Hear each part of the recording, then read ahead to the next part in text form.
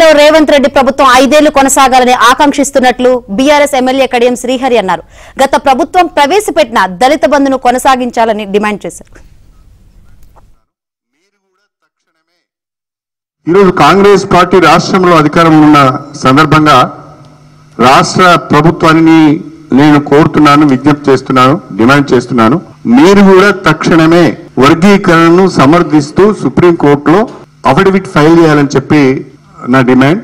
ఎందుకంటే రాష్ట్ర ప్రభుత్వము గతంలోనే ఒక పాలసీ నిర్ణయం తీసుకొని ముందుకు వెళ్ళింది కాబట్టి, శాసనసభ దానికి తీర్మానం చేసింది కాబట్టి, ఏమాత్రం కూడా ఆలస్యం చేయకుండా రాష్ట్ర ప్రభుత్వం యొక్క వాణిని వినిపించే విధంగా, గొంతును వినిపించే విధంగా రాష్ట్ర ప్రభుత్వం కూడా వర్గీకరణకు అనుకూలంగా సుప్రీంకోర్టులో అఫిడవిట్ ఫైల్ చేయాలని చెప్పేదే భారత రాష్ట్ర సమితి పరంగా మేము డిమాండ్ చేస్తున్నాం. కాంగ్రెస్ పార్టీ అధికారంలోకి వచ్చింది. ప్రజల తీర్పును మేమందరం కూడా గౌరవిస్తున్నాం, శిరసావహిస్తున్నాం. ఈ ప్రభుత్వం, ఈ పార్టీ 5 సంవత్సరాలు అధికారంలో ఉండాలని కోరుకుంటున్నాం. ఎన్నికల మేనిఫెస్టోలో అనేక విషయాలను పొందుపరిచింది.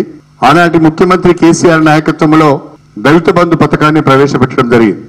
ఆ లబ్ధిదారులందరూ కూడా ఇబ్బందులు పడుతున్నారు. ఆ రకంగా 436 కోట్ల వరకు ఈరోజు బ్యాంకులలో ఉన్నాయి. 11,000 మంది లబ్ధిదారులు ఉన్నారు. అది ఫీజును ఎత్తివేయవలసిందిగా